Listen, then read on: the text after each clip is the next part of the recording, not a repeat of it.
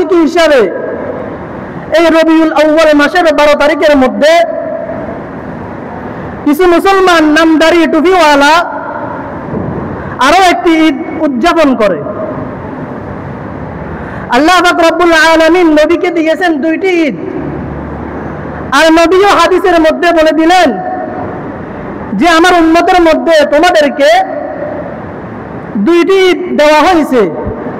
আর সেই দুইটি ঈদকে আল্লাহ রাসূল সাল্লাল্লাহু আলাইহি ওয়াসাল্লাম নাম ধরে ঘোষণা করে দিলেন। একটি হচ্ছে শাওয়াল মাসের 1ম তারিখে ঈদুল ফিতর, আর জিলহজ মাসের 10 তারিখের মধ্যে যে ঈদটি দিয়েছেন সেই ঈদটি হচ্ছে ঈদুল আজহা।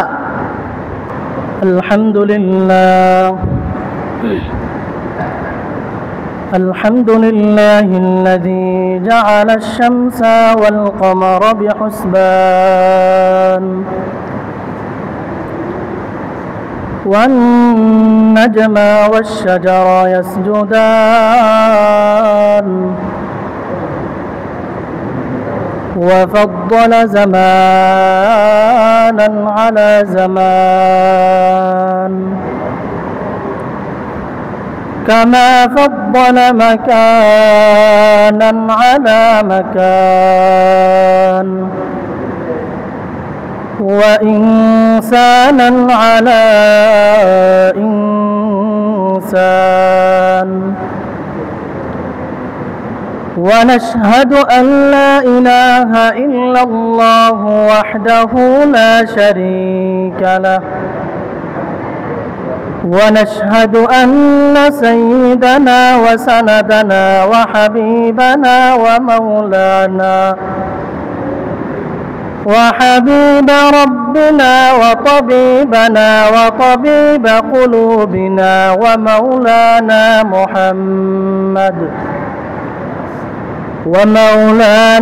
محمدا عبده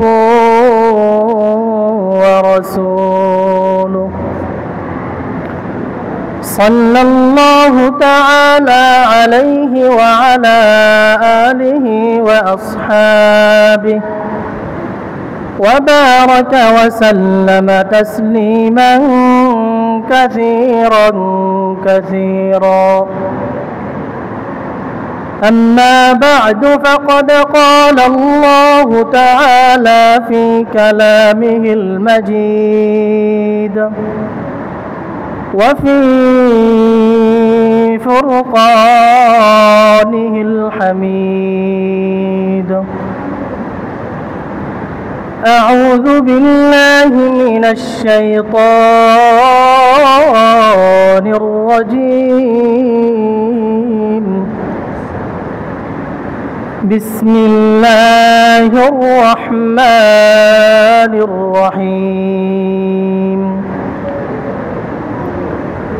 قل إن كنتم تحبون الله فاتبعوني يحببكم الله ويغفر لكم ذنوبكم والله غفور رحيم.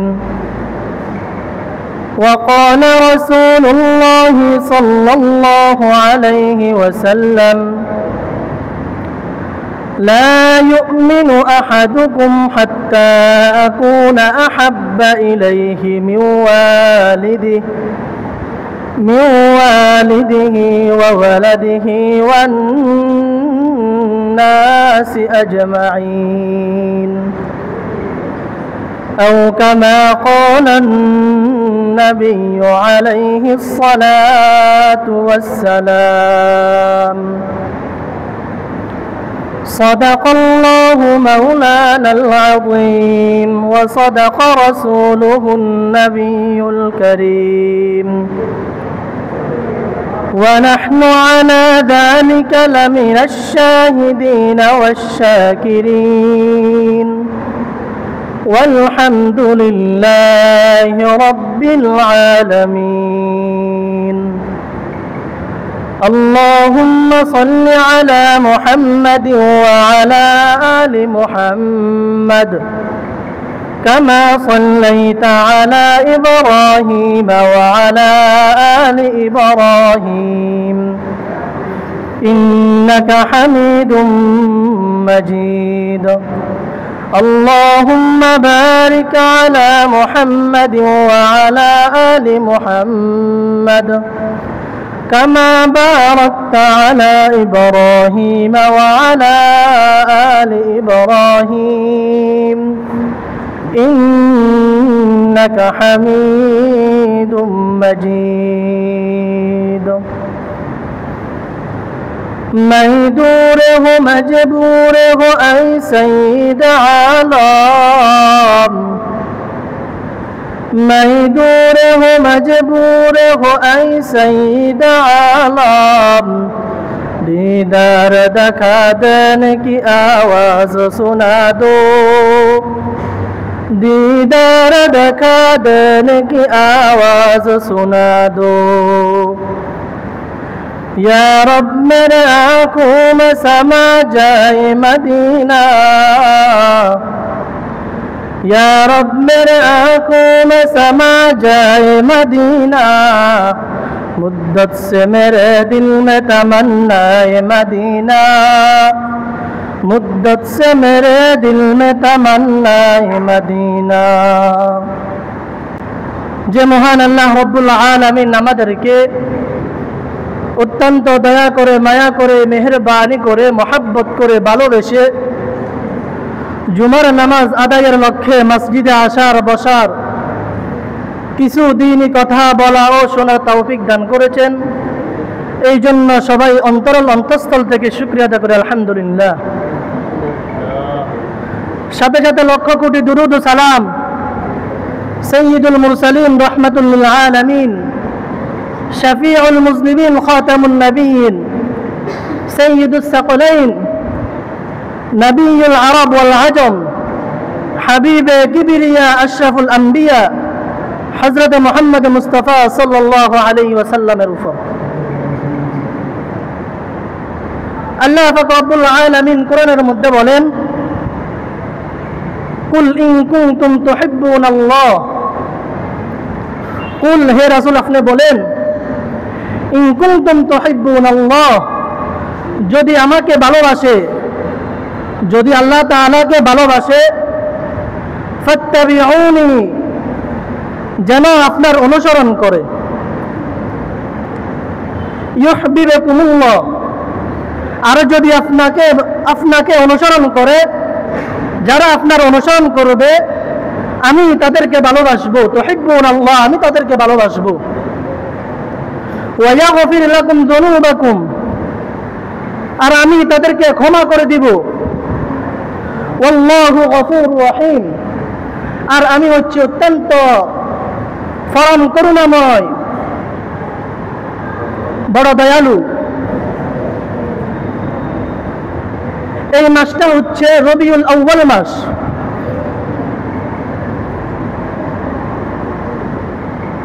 আল্লাহ পাক রব্বুল আলামিন মুহাম্মদ মুস্তাফা সাল্লাল্লাহু আলাইহি ওয়াসাল্লামকে বছরের মধ্যে দুইটি ঈদ দিয়েছেন দুইটি দিন দিয়েছেন যে দুইটি দিনের মধ্যে মুসলমানরা ঈদ উদযাপন করবে ওই দিনগুলোকে উদযাপন করবে ওই দিনগুলোর মধ্যে খুশি থাকবে কিন্তু এই রবিউল আউয়াল মাস এই মাসের মধ্যে নবী করিম সাল্লাল্লাহু আলাইহি ওয়াসাল্লামের জন্ম হয়েছে 63 বছর পর আবার এই মাসের মধ্যেই মৃত্যুবরণ করলেন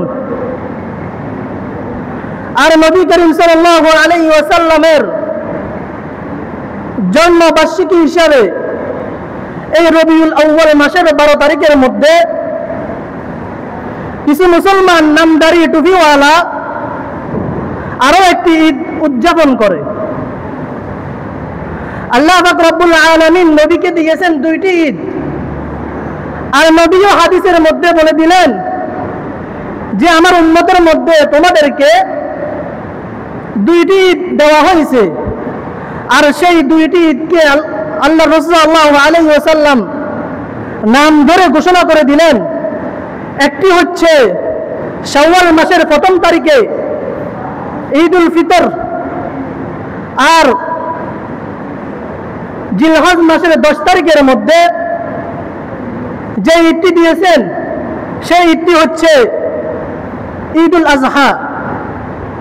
তো নবী করিম সাল্লাল্লাহু আলাইহি ওয়াসাল্লাম হাদিসের মধ্যে স্পষ্ট ভাষায় ঘোষণা করে দিলেন যে আমার উম্মতকে, এই মুসলমান জাতিকে আল্লাহ পাক রব্বুল আলামিন দুইটি দিন দিয়েছেন, দুইটি ঈদ দিয়েছেন। কিন্তু কিছু নামদারি বেদাতি তারা 12 তারিখে আল্লাহ তাআলার কথাকে অমান্য করে রাসূল সাল্লাল্লাহু আলাইহি ওয়াসাল্লামের হাদিসের অবাধ্য হয়ে আরো একটি ঈদ উদযাপন করে। এই ঈদটি কোত্থেকে আসলো? বাংলাদেশ স্বাধীন হয়েছিল 1971 সালে। 1971 সালের পর 1974 সালে চট্টগ্রামের কিছু বেদাতি, পাকিস্তানের একজন বেদাতি, তার নাম হচ্ছে তৈয়ব শাহ, তাকে এই শাওয়াল মাসের 12 তারিখের মধ্যে বাংলাদেশে আগমন করার জন্য দাওয়াত দিয়েছিলেন। যখন ওই তৈয়ব শাহ এই শাওয়াল মাসের 12 তারিখে বাংলাদেশে আগমন করলেন, ওই চট্টগ্রামের মধ্যে সেখানে এসে সে তার প্রোগ্রাম করলো। প্রোগ্রাম শেষে সে তার মুরিদদেরকে বলে দিলেন যে তোমরা আজ থেকে, এই বেদাতিরা আল্লাহ তাআলার কথাকে অমান্য করলো, রাসূল সাল্লাল্লাহু আলাইহি ওয়াসাল্লামের হাদিসকে অমান্য করলো। আর যারা কোরআনকে অমান্য করে, কোরআনকে মানে না, হাদিসকে অমান্য করে, হাদিস মানে না, তারা তো যখন ঈমানে মুফাসসাল পড়ে আমানতু বিল্লাহি ওয়া মালাইকাতিহি ওয়া কুতুবিহি ওয়া রুসুলিহি, যে আমি ঈমান আনলাম ফেরেশতাদের উপর, কোরআনের উপর, হাদিসের উপর, পরকালের উপর, তো তারা তো ঈমান আনলো একটি জিনিসের উপর, যে কিতাবের উপর আমি ঈমান আনলাম। কিন্তু তারা তো উপর ঈমানটা থাকে না তাদের, কেননা তারা আল্লাহ তাআলার কথার অবাধ্য। আল্লাহ তাআলা দিয়েছেন দুইটি ঈদ, তারা সেটাকে বিলীন করে দিয়ে, বাদ দিয়ে তারা 3টি ঈদ উদযাপন করে। আর রাসূল সাল্লাল্লাহু আলাইহি ওয়াসাল্লামের অনুসরণ করতে গিয়ে, রাসূল সাল্লাল্লাহু আলাইহি ওয়াসাল্লামকে মহব্বত করতে গিয়ে, ভালোবাসতে গিয়ে তারা রাসূল সাল্লাল্লাহু আলাইহি ওয়াসাল্লামের নামে একটি স্লোগান দেয় যে জিন্দা নবীর আগমন, শুভেচ্ছা, স্বাগতম। তারা যদি এই জিন্দা নবীটা, রাসূল সাল্লাল্লাহু আলাইহি ওয়াসাল্লাম অতীতেও মৃত্যুবরণ করবেন না, ভবিষ্যতেও মৃত্যুবরণ করবে না, কোন অবস্থাতেই রাসূল সাল্লাল্লাহু আলাইহি ওয়াসাল্লাম মৃত্যুবরণ করে না, তারা যদি এই কথার উপর যদি এই স্লোগানটা দেয়, তাহলে তারা নিশ্চিত কাফের। কেননা আল্লাহ তাআলা কোরআনের মধ্যে বলে দিয়েছেন ইন্নাকা মাইয়িতুন ওয়া ইন্নাহুম মাইয়িতুন, হে রাসূল আপনি মৃত্যুশীল, আপনি মৃত্যুশীল, আপনার মৃত্যুবরণ করতে হবে। আর আল্লাহ তাআলা তো অন্য আয়াতের মধ্যে এমনি বলে দিলেন যে যতজনকে আমি ফান দিয়েছি, জীবন দিয়েছি, তাদেরকে একদিন না একদিন মৃত্যুবরণ করতেই হবে। তাহলে যারা এই 12 তারিখের মধ্যে ঈদ উদযাপন করে, তারা একটি স্লোগান দেয় যে জিন্দা নবীর আগমন, শুভেচ্ছা, স্বাগতম।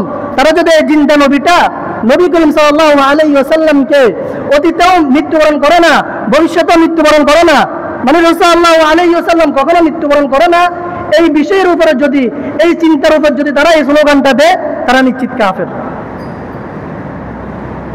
আর এই বেদাতিরা মুসলমানদেরকে, যারা এই শাওয়াল মাসের 12 তারিখের মধ্যে এই ঈদ উদযাপন করে না, তাদেরকে বলে ওয়াহাবি।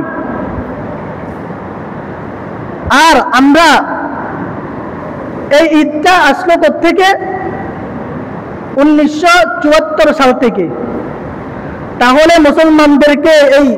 মুসলমানরা এই কথাটা তাদেরকে বলতে পারে যে এই ঈদটা আসলো 12 তারিখ 1474 সাল থেকে। আর আমাদেরকে আল্লাহ তাআলা যে ঈদটা দিয়েছেন, এই ঈদটা কি 1474 সাল থেকে কি না, এই ঈদটা নবী করিম সাল্লাল্লাহু আলাইহি ওয়াসাল্লামের জামানা থেকে। তার মানে হচ্ছে তারা যে আমাদেরকে ওয়াহাবি বলে, 1974 সালের আগে তারা তো এই ঈদটা উদযাপন করে নাই। তাদের পিতামাতা, তাদের দাদা দাদি তো 1974 সালের আগে এই ঈদটা উদযাপন করে নাই। তার মানে হচ্ছে তারাও ওয়াহাবির বাচ্চা। আপনাদেরকে একটি কথা না বললে বুঝতে পারবেন।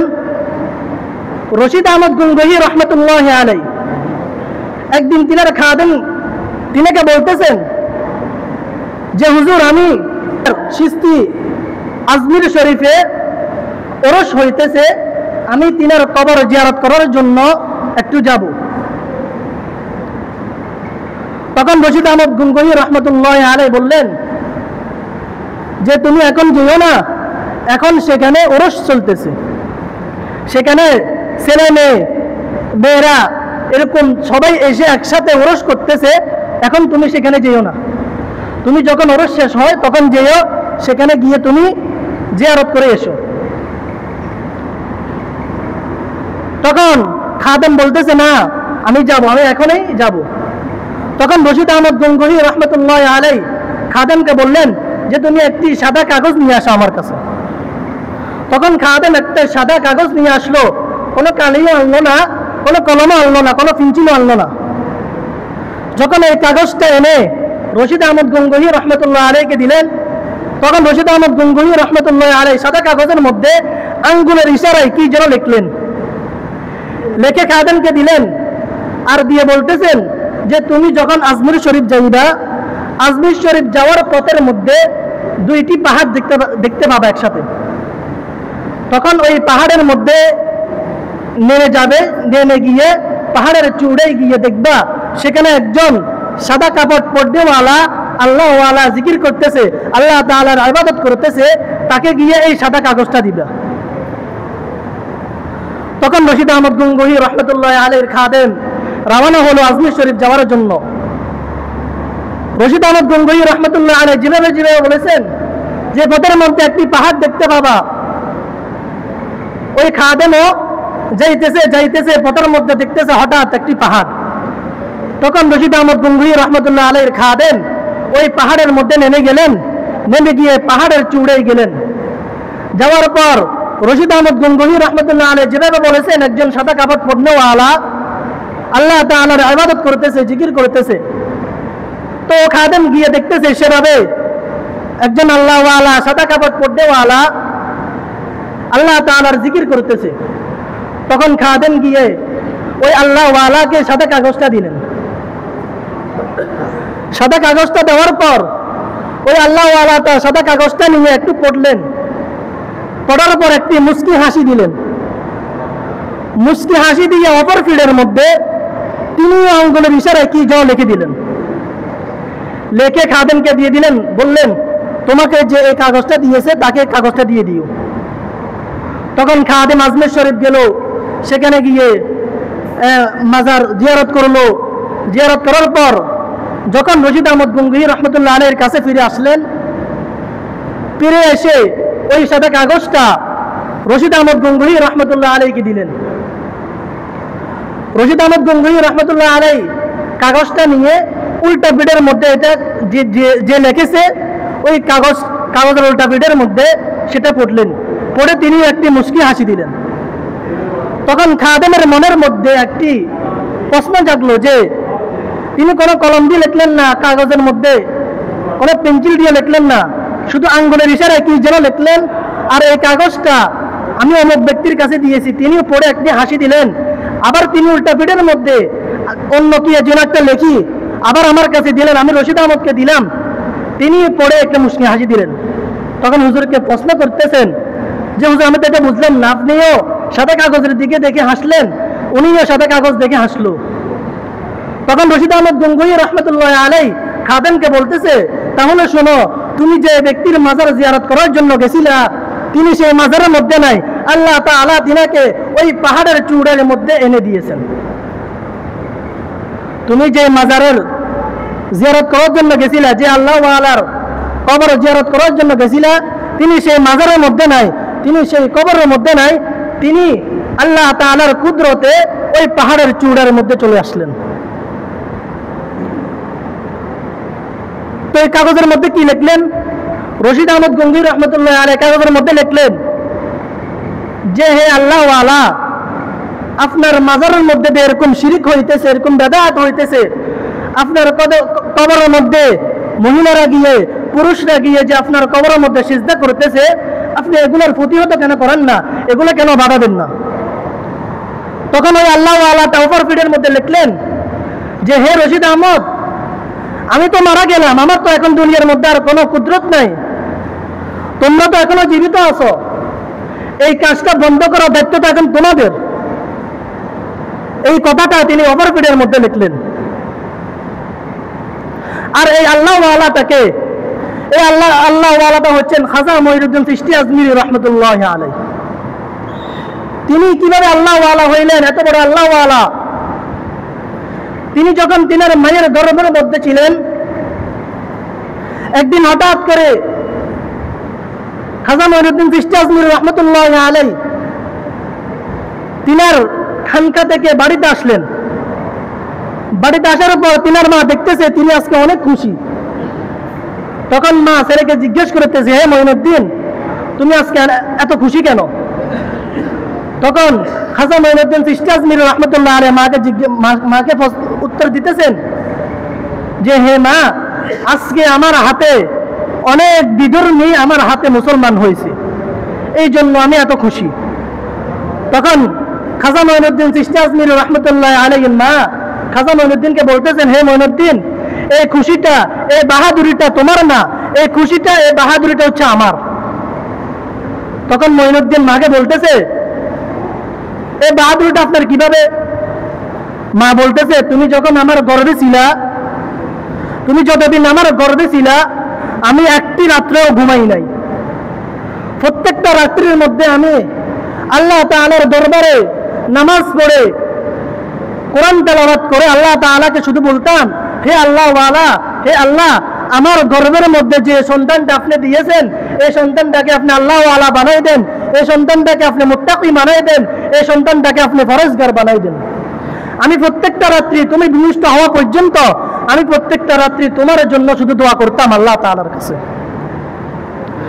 এমনকি তুমি যখন দুনিয়াতে আসলা, যেই দিন থেকে তুমি আমার বুকের দুধ পান করা শুরু করলা, যতদিন পর্যন্ত তুমি আমার বুকের দুধ পান করলা, ততদিন পর্যন্ত কোনোদিন আমি আমার বুকের দুধ বিনা ওযুতে তোমার মুখের মধ্যে দিই নাই। তাহলে দেখেন তিনারা কিভাবে আল্লাহ ওয়ালা হন। এখনকার জামানায় খাজা মঈনুদ্দিন কেন হয় না, রশিদ আহমদ গঙ্গোহী কেন হয় না, আল্লামা আহমদ শফী কেন হয় না, বাবুনগরী কেন হয় না? কারণ আমাদের মা বোনদের এমন অবস্থা যে হালকা একটু অসুস্থ লাগলে নামাজ আর পড়ে না, হালকা একটু অসুস্থ লাগলে ঘরের মধ্যে শুয়ে শুয়ে মোবাইল টিপে গুনার কাজে লিপ্ত থাকে, কোরআন তেলাওয়াত করে না, জিকির করে না, নামাজ পড়ে না। এই জন্য আমাদের ঘরে কোনো আল্লাহ ওয়ালা হয় না। এই জন্য আমাদেরকে খেয়াল রাখতে হবে, আমাদের কোনো আচরণের কারণে, আমাদের কোনো কাজের কারণে আমাদের ঈমানটা যেন না চলে যায়। এই শাওয়াল মাস 12 তারিখের মধ্যে যে ঈদ উদযাপন হয়, এই উদযাপন যেন আমরা যেন কোনোদিনও না করি। আর যারা করে তাদেরকে আমরা নসিহত করব, বুঝাবো যে তোমরা যে ঈদ উদযাপন করো, এটা তো কোনো হাদিস দ্বারা প্রমাণিত না, এই ঈদটা তো কোনো কোরআন দ্বারাও প্রমাণিত না, তাহলে তোমরা এই ঈদটা কেন করো? আর তোমরা যদি আল্লাহ রসুলকে এত বেশি ভালোবাসো, তাহলে তোমরা আল্লাহ রসুল সাল্লাল্লাহু আলাইহি ওয়াসাল্লামের জন্য রোজা রাখো, আল্লাহ রসুল সাল্লাল্লাহু আলাইহি ওয়াসাল্লামের সুন্নতগুলো সুন্দরভাবে আদায় করো। এই জন্য আমাদেরকে সবসময় খেয়াল রাখতে হবে, কোনো কারণে যেন আমাদের ঈমানটা যেন হারা না হয়, আমাদের ঈমানটা যেন চলে না যায়। আল্লাহ রাসূল সাল্লাল্লাহু আলাইহি ওয়াসাল্লাম হাদিসের মধ্যে বলেন, লা ইউমিনু আহাদুকুম হাত্তা আকুনা আহাব্বা ইলাইহি মিন ওয়ালিদিহি ওয়া ওয়ালাদিহি ওয়ান নাসি আজমাইন। ওই ব্যক্তি পরিপূর্ণ ঈমানদার হতে পারবে না যে আমাকে তার পিতা মাতা থেকে, তার ছেলে সন্তান থেকে, সমস্ত দুনিয়াবি সমস্ত কিছু থেকে আমাকে বেশি মহব্বত করবে না। এই জন্য আমরা রাসূলুল্লাহ সাল্লাল্লাহু আলাইহি ওয়াসাল্লামের সুন্নাতগুলো যথাযথভাবে পালন করব, আল্লাহ তাআলার আদেশ নিষেধ যথাযথভাবে পালন করব। আল্লাহ পাক রব্বুল আলামিন আমাদেরকে যে আলোচনাগুলো হয়েছে